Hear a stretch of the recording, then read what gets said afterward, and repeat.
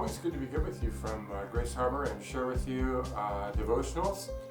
And I'm hoping today that this particularly blesses you about love and unity. This is something that was written, shared by Brandon Amy from Grace Harbor that really touched my heart as it addresses something that we should care deeply about, and that is love and unity.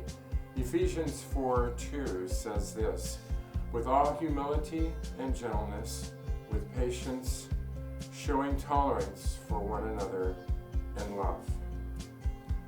No one is ever going to be perfect in this life, period. The only person who ever was and walked this earth was Jesus Christ. And he called us to accept and love one another, especially our brothers and sisters in the church, in spite of our faults. But unity doesn't just happen. We have to work at it.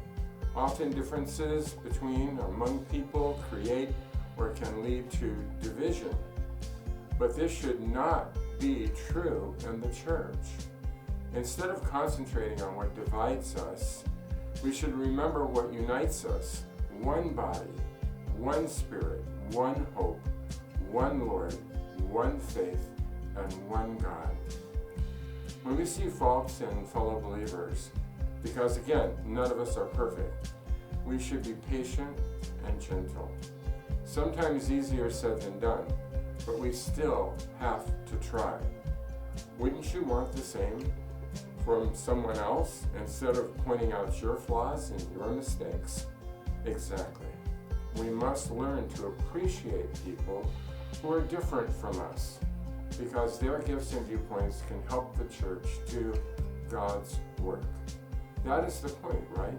So we learn to enjoy the way our differences complement each other. We don't have to compliment each other, we have to complement each other.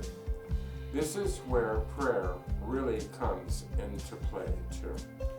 We ask God to soften our hearts and change us from the inside out, so that we don't see our differences as something negative, but instead we see ways to help the church grow that we may have never seen or thought before. From Brandon Amy, council member at Grace Harbor.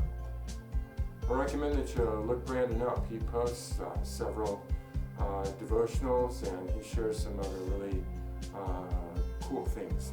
And so please note that God uses a lot of people to share some very, very pertinent things.